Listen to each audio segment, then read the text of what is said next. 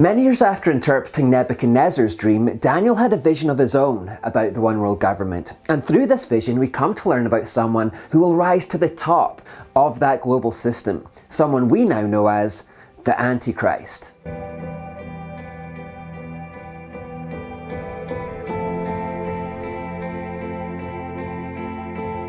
Daniel explains, "In my vision that night, I, Daniel, saw a great storm churning the surface of a great sea, with strong winds blowing from every direction. Then 4 huge beasts came up out of the water, each different from the others. The first beast was like a lion with eagle's wings. As I watched, its wings were pulled off and it was left standing with its 2 hind feet on the ground like a human being, and it was given a human mind. Then I saw a second beast, and it looked like a bear. It was rearing up on one side, and it had 3 ribs in its mouth between its teeth, and I heard a voice saying to it, 'Get up, devour the flesh of many people.' Then the third of these strange beasts appeared, and it looked like a leopard. It had 4 birds' wings on its back, and it had 4 heads. Great authority was given to this beast. Then in my vision that night, I saw a 4th beast, terrifying, dreadful, and very strong. It devoured and crushed its victims with huge iron teeth, and trampled their remains beneath its feet. It was different from any of the other beasts, and it had 10 horns. As I was looking at the horns, suddenly another small horn appeared among them. 3 of the first horns were torn out by the roots to make room for it. This little horn had eyes like human eyes and a mouth that was boasting arrogantly. I watched as thrones were put in place, and the Ancient One sat down to judge. His clothing was as white as snow, his hair like purest wool. He sat on a fiery throne with wheels of blazing fire, and a river of fire was pouring out, flowing from his presence. Millions of angels ministered to him, many millions stood to attend him.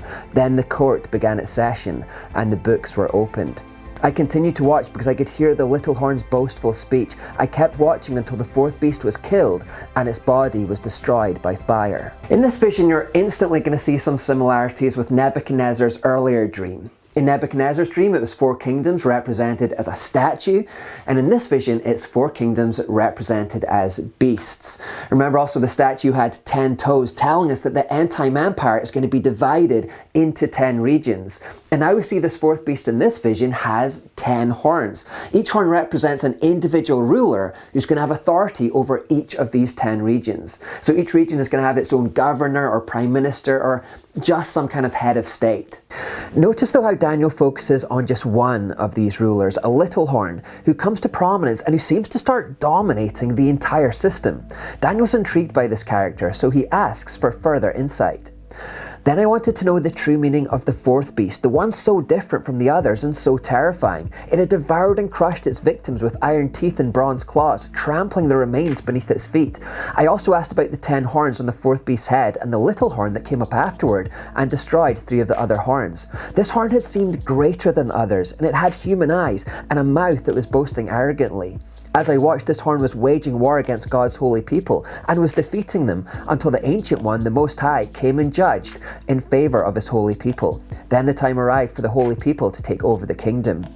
Then he said to me, "This 4th beast is the 4th world power that will rule the earth. It will be different from all the others. It will devour the whole world, trampling and crushing everything in its path. Its 10 horns are 10 kings who will rule that empire. Then another king will arise, different from the other 10, who will subdue 3 of them. He will defy the Most High and oppress the holy people of the Most High. He will try to change their sacred festivals and laws, and they will be placed under his control for a time, times, and half a time.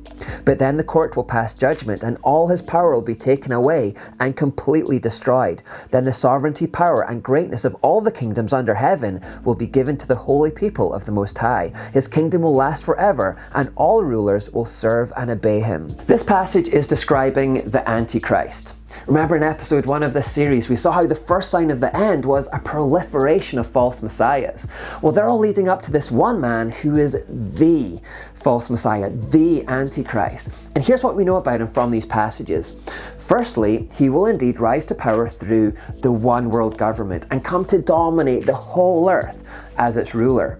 Secondly, when he appears as the ruler of one of these 10 regions initially, he will need to subdue 3 of the other rulers in 3 of the other regions who appear to be opposed to his rise. Thirdly, when he comes to dominate the whole system and the rest of the rulers simply become his stooges, this New World president will positively hate Christians. He will use his power to attempt to erase all traces of Christianity from the earth, and he will even start to persecute Christians who will remain opposed to his rule. The Bible makes it clear that the Antichrist will be allowed to do this. He will be allowed to subdue Christians for a set period of time, and for that time, his power will be completely unassailable.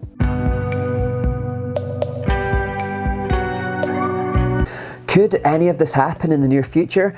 Well, we already know from the previous episode that the political desire does exist for a 10-region, one-world government. We've already seen how there's a flow of history towards ever closer union and power being concentrated in fewer hands. If you want an example of how coalitions often come to be dominated by just one leader, we just need to look at the European Union today. Although the EU was established as a coalition of 28 supposedly equal nations, in reality Germany has come to dominate the entire system, and by proxy Germany's leader has become the most powerful person within that system. If a 10-region, one-world government was established, even with democratic intentions, it's likely that one region would come to the fore and the leader of that region would have the most power.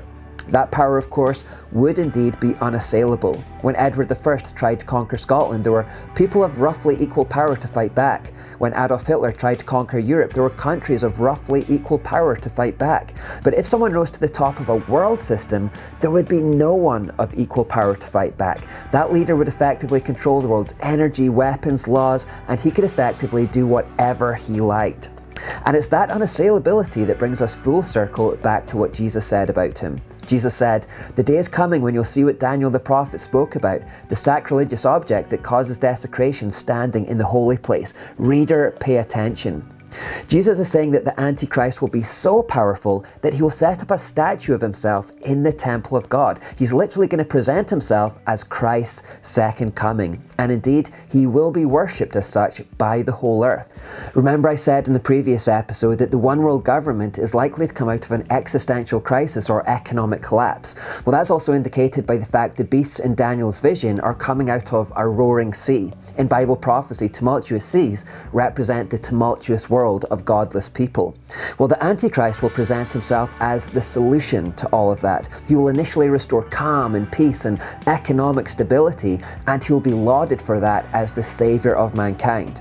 Except, of course, by Christians who will see through this deception and who will be persecuted for not going with the cultural flow. Are we seeing any of this coming to pass yet? Not yet. And this is important to state. We won't see the Antichrist until after the one world government has been established. First we need to see the New World Order being established, and then we'll see the rise of this tyrant, the rise of this little horn, uprooting 3 pre-existing horns within that system. And that's important to say because Christians sometimes have this bad habit of speculating who the Antichrist might be before the New World Order has even been established. For a while it was Bill Clinton, then it was Barack Obama, it's also been Prince William and Prince Harry in the past. And the truth is that we have to stop this idle speculation. We have to stop calling people the Antichrist left, right and centre just because we don't like their politics. When we do that, it actually discredits the Bible's true narrative, in the same way that date setters discredit the Bible's true narrative. First we need to see the one world government, then we can start looking for this global tyrant.